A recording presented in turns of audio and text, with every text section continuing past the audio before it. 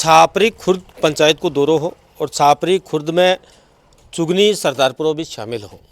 तीनों गांवों को मैं दौरा लगभग कर चुके हूँ, जनता की राय ले चुके हूँ और जनता की काई राय आई, कई सवाल खड़ा है जिका आप सरपंच साहब का जिका पुत्र है ए मौजूद है और यही 5 साल कार्यकाल संभालो। ए बहुरुखा का पुत्र है तो अंश करचा सवाल जवाब क्योंकि कार्यभार यही संभालो तो आऊँ करचा। एक तो जगह जगह मैं जा रहे हूँ, पहले तो अपने छापरी में ले लो, छापरी में लियो तो कब्रिस्तान को जो एरिया है बठा से एक गंदा पानी की निकासी करियो तो बट जी बस्ती है 30-40 घर की जो भी बस्ती है वे कह रहा है कि ये पानी या तो आगे निकाले या फिर ये तालाब में जो गंदगी है ना ये चारों मेरे को डिवाइड करे ताकि माँ का बच्चा बच सके। अब रात भी रात ना आवे या बच्चा ने स्कूल में छोड़ना हो तो इन का ही साबू देख रहे हो क्यों कौन कर पाया बिन सही। सबसे पहले तो आपके चैनल जल को, मीडिया को और पूरी टीम को बहुत बहुत धन्यवाद जो आपने मेरी ग्राम पंचायत छापरी खुर्द में पहुंचकर लोगों की समस्या सुनने का काम किया। उसके लिए एक बार हृदय की गहराइयों से पुनः बहुत बहुत धन्यवाद। रही बात गंदे पानी की निकासी के लिए, तो गंदे पानी की निकासी का मामला ये है कि हमारे वहाँ कब्रिस्तान है, कब्रिस्तान में पहले भूतपूर्व सरपंच उन्हीं के खानदान से जो वहाँ बस्ती है, उस बस्ती के खानदान से एक भूतपूर्व सरपंच थे। उन्होंने क्या गांव का जो गंदा पानी है वो कब्रिस्तान में ले जाके छोड़ दिया था। कब्रिस्तान में ले जाके छोड़ दिया। जब हम सरपंच बने तो हमारा पहला अहम कदम था कि इस कब्रिस्तान की गंदगी को कैसे साफ किया जाए। तो हमने कैसे ही करके पंचायत समिति स्तर से, जिला परिषद स्तर से और एमएलए स्तर से तीनों से मिलकर बड़ा बजट था, बजट लेके बड़ी लाइन डलवाने का कार्य किया। कब्रिस्तान से गंदे पानी को सरकारी तलाई में बाहर निकाला। उसके बाद काम इतने बड़े लेवल का था कि एक पेज में पूरा हो नहीं सका।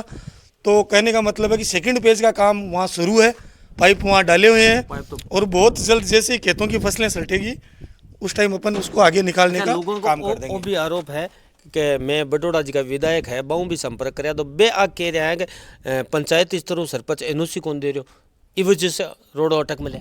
ऐसा कुछ नहीं है। अगर सरपंच एनओसी नहीं देता है और एमएलए लीड से बजट नहीं मिलता है तो वहाँ काम शुरू होने जैसी संभावना नहीं बनती, क्योंकि वहाँ पे पाइप डाले हुए हैं। पत्रकार जी आप भी वहाँ पे जाके आए हो, आपने भी देखा है वहाँ पे। तो नया काम स्टार्ट करने के लिए तो नए पाइप डाले हुए हैं, आज के 10 दिन पहले पाइप अभी पानी बाहर निकालो या भी के 4 दीवारी करो। उस पानी को हम वहाँ से 1000 फीट आगे ले जाके किसी दूसरे के खेत में डैम बना रहे हैं, वो उस गंदे पानी से फिल्टर करके अपनी खेती कर लेगा।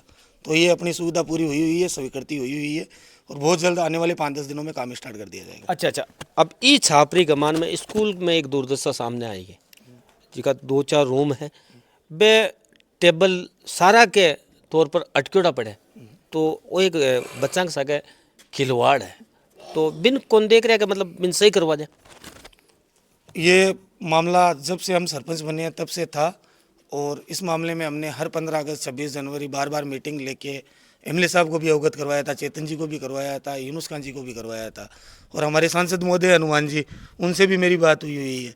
तो ये क्या बड़े स्तर का मामला है, कम से कम 12 रूम है ऐसे जिनकी छत टूटी हुई है। तो 12 रूम पे छत डालने का मतलब है कम से कम 25 से 30 लाख रुपए का बजट जो ग्राम पंचायत को उपलब्ध नहीं होता है। और राजकीय उच्च माध्यमिक विद्यालय वो ग्राम पंचायत उसमें अपने निजी पैसे से कोई काम कर भी नहीं सकती। तो हमने भामाशाहों के द्वारा उस स्कूल में 2 रूम की छत तैयार करवाई और काफ़ी काम भामाशाहों के द्वारा करवाएं। एक मेरा बड़ा भाई है असलम चैन, उसने वो आपने देखा होगा पानी का टंका उसका वो जर्जर था तो उसका पुनर्निर्माण करवाया। तो वो भी कहने का मतलब अपने भामाशाहों के द्वारा करवाया। अब उस स्कूल में एक लाइब्रेरी का काम चल रहा है, डिजिटल लाइब्रेरी का, और मैं आपके चैनल से विश्वास दिलाता हूँ लगभग डीडवाना की पहली लाइब्रेरी बन के रेडी होगी, डिजिटल लाइब्रेरी। उसके लिए मैं सांसद महोदय हनुमान जी बेनीवाल को हृदय की गहराई से बहुत उनका आभार व्यक्त करता हूं कि उन्होंने मेरे कहने पे और मेरी अनुशंसा पे मैंने 10 लाख रुपए की डिमांड की, उन्होंने 15 लाख का बजट देके उन्होंने ये बोला कि बजट कम भी रहे तो मैं और बजट दे दूंगा, आप इस कार्य को शुरू करो। उन्होंने युवाओं का ये सपना पूरा किया, इसलिए मैं बड़े भाई हनुमान जी बेनीवाल को बहुत धन्यवाद। हाई मास्क लाइट मेरी ग्राम पंचायत में 7 लाइट की सेक्शन है जिसके टेंडर होने के लिए गए हुए हैं, जिसमें से 5 एमएलए लीड से हैं और 2 सांसद महोदय हनुमान जी बेनीवाल से हैं। तो आने वाले 10 से 15 दिन में आई मास्क लाइट और स्ट्रीट लाइट का कार्य शुरू कर दिया जाएगा। अच्छा, अब आ रहे हैं आप सरदारपुरम जनता के लिए मांगा कुछ भी कौन करवाए, इको कहीं कहना अभी सच बोल रहे हैं या झूठ बोल रहे हैं? बात ऐसी है सर कि अच्छा, आप भी आरोप लगा रहे हैं कि मैं वोट ही 17 दिया जब मैं काम कौन करवाए?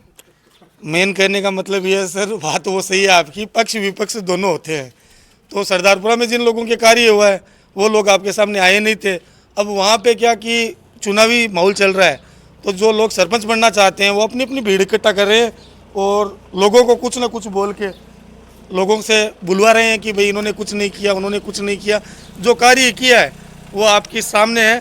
सबसे पहला कार्य था हमारा हॉस्पिटल जो वेंटिलेटर पे थी।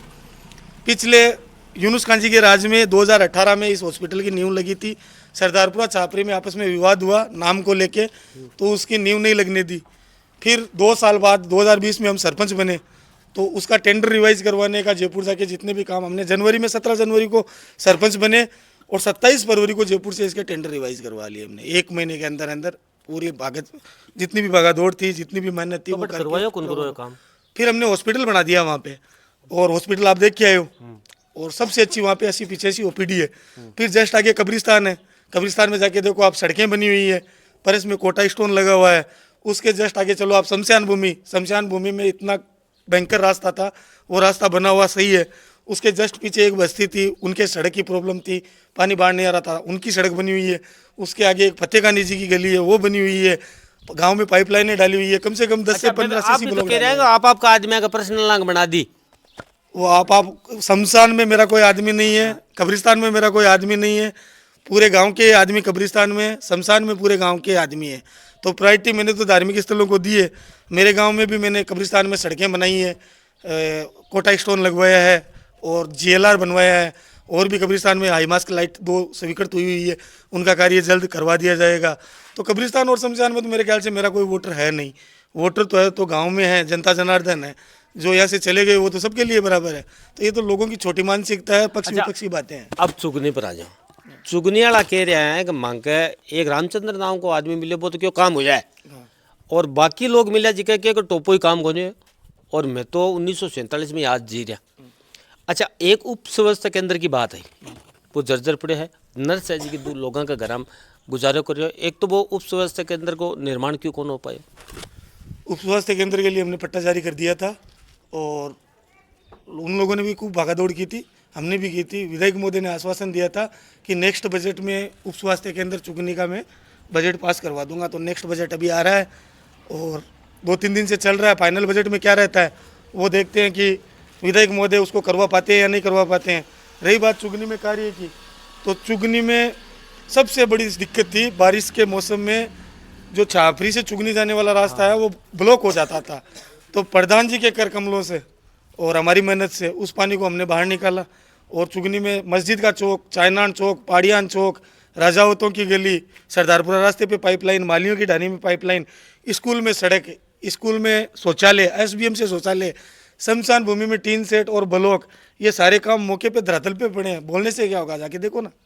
लेकिन लोग तो कह रहे हैं कि मतलब कुछ कौन कर। लोग तो वो क्या, चुगनी हमारे छापरी में रही नहीं, अलगपुरा में गई, तो उनकी अपेक्षाएं अलग हो गई।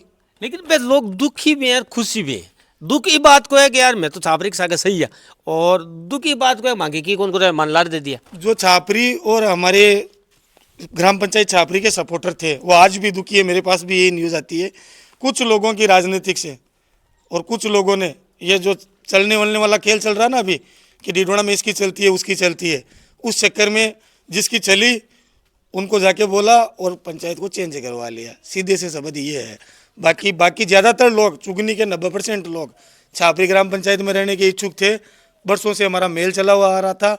ये परिसमन भी गलत हुआ है और इस परिसमन को करवाने में कुछ लोग राजनीति करके इसको परिसमन करवाया गया है। अच्छा, अंतिम सवाल, 2-2.5 महीना बाद में सरकार चुनाव करवाने वापस कहीं है तांगो सिस्टम पाचा मैदान में कूदो या घर बैठो या दिमाग में कहीं चाल रहा है ग्राम पंचायत के लिए, वो आज भी काम पेंडिंग में पड़े। अभी तो चुनाव का कोई सिस्टम नज़र नहीं आ रहा है। फिर भी अगर चुनाव होगा तो जनता जनार्दन है, गांव के जो भी मेरे लोग हैं, बड़े बुजुर्ग हैं, मेरे भाई है, युवा साथी है, मेरी माताएं हैं, उनसे मैं सलाह मशूरा करूंगा कि मुझे चुनाव लड़ना चाहिए या नहीं लड़ना चाहिए। वो कहेंगे चुनाव लड़ो तो मैं चुनाव लड़ूंगा, वो कहेंगे कि आप रुको हम दूसरे को लड़वाएंगे तो मैं गांव के लोगों के साथ हूँ, कोई दिक्कत नहीं। तो ऐ हैं सरपंच साहब आऊँ हर जनता को वो सवाल करे हाँ जी जनता मैं बीच में गयो और बेमन सवाल दिया वहाँ को जवाब लेवा की मैं कोशिश करियो हूँ। अब ते खुद ही वीडियो देकर ते कर जो आगे बात में कत्ती सच्चाई है और जनता की बात में कत्ती सच्चाई है।